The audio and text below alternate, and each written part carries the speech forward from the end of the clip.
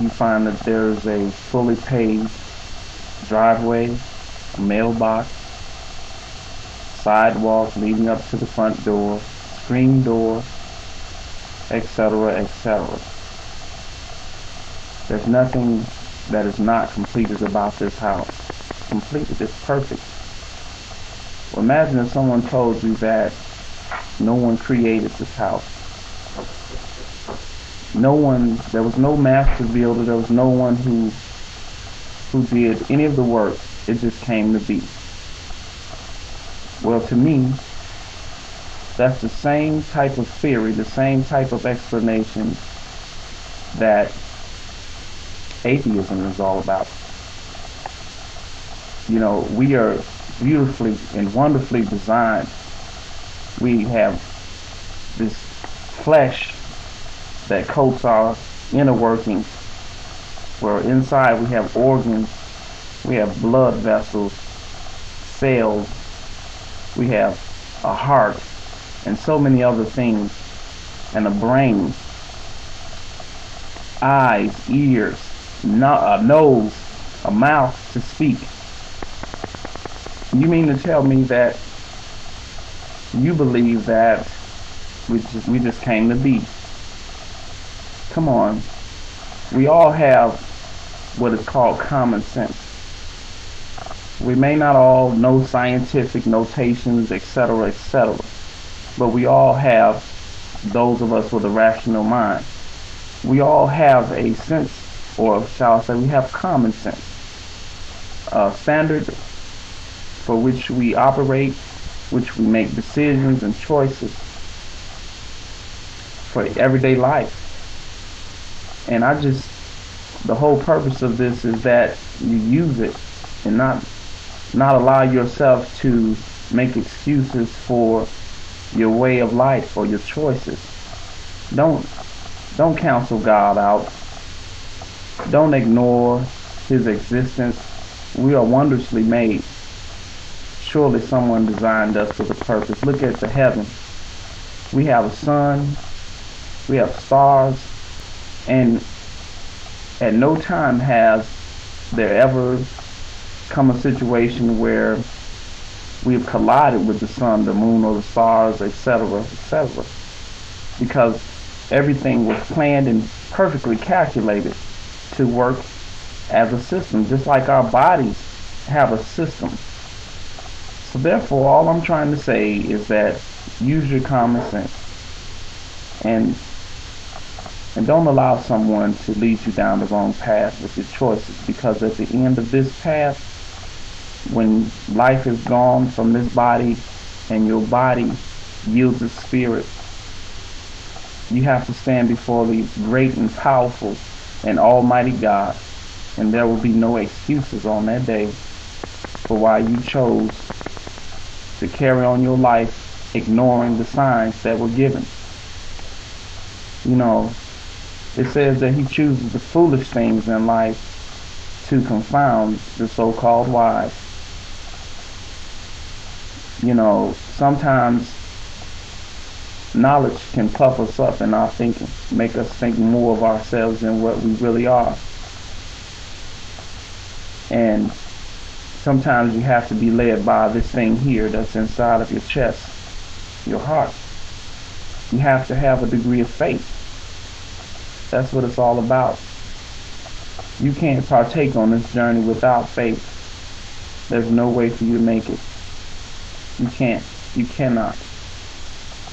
Sometimes you got to get out of this and start to walk in this. You know, and that goes to say about, you know, man evolving.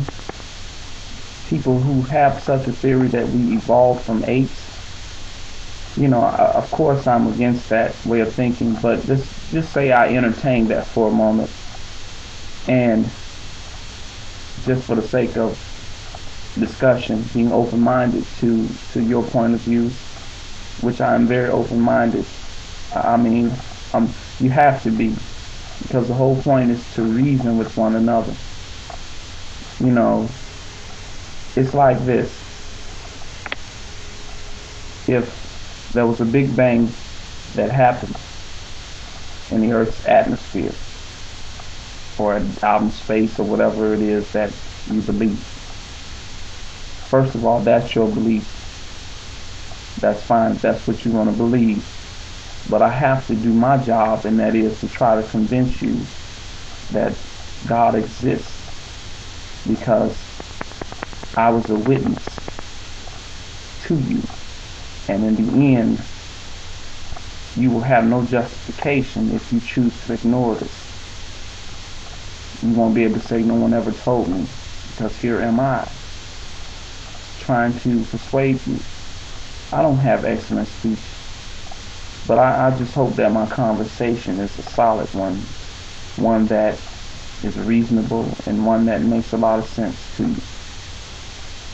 When things came to be on this earth, as Christians, we believe in the Creator, that within 6 days He created the heavens and the earth, and on the Sabbath day, which is the seventh day, He rested. But there are some who believe that there was this explosion that happened, or what have you. I don't know the ins and outs of it. So, but I'm ignorant to that. And I'll confess that I don't know what exactly, I don't know science to such a great extent, but I do know common sense. And listen to my point, listen to my argument before you pass judgment on me. During creation, there were a lot of things that were made. We have, on the earth, we have things such as trees, we have bodies of water, we have organisms, living organisms, we have rocks, we have just these things that are material. Okay, now, if there was an explosion that took place, then how would you explain the grand design of everything that is, the functionality of everything that is living? As I explained earlier, our bodies, it has a functionality. It has a grand design where for instance, when we eat or drink something, our bodies process these things and it flushes it out. Once it's done taking from it the source of food or whatever, whatever nutrients it needs, the proteins and such, and when it's done, it flushes it out. Well, there had to be a design. There had to be someone who knew that the body needs to get rid of waste. Something just that has this, and that goes back to the point I made about a house having doors and windows and all these other things, and nobody being a creator of it. How can you explain that when you look at your own house or your living quarters, if you're in an apartment or house or whatever, even if you're in a trailer, somebody designed it so that it functions a certain way, where you have a front door, you walk in, and then you walk through your house, you go through one room, and as you travel on, you'll see a kitchen, a living room, etc., etc. There's a bathroom somewhere, in some cases upstairs, there's a downstairs, but it functions a certain way to fit you and your family. So the same thing is true of our bodies. And I don't want to just stay on the bodies, because there's so much more to life than just, our bodies as people. We have, live cattle, and we have, insects, we have, animals, we have sea creatures, if you will, fish, the fish in the sea, all these things. And there's a circle of life, and it's for a greater cause.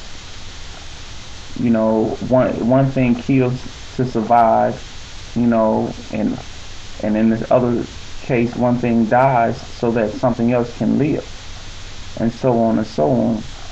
But it's all a great big plan, a scheme. There's a plan for life. You know, you just can't think that we came to be and that when life is over, that's it. You have nothing to hope for. If that's all, my dear friend, you have nothing else to believe, nothing to keep you going if that's all that you believe.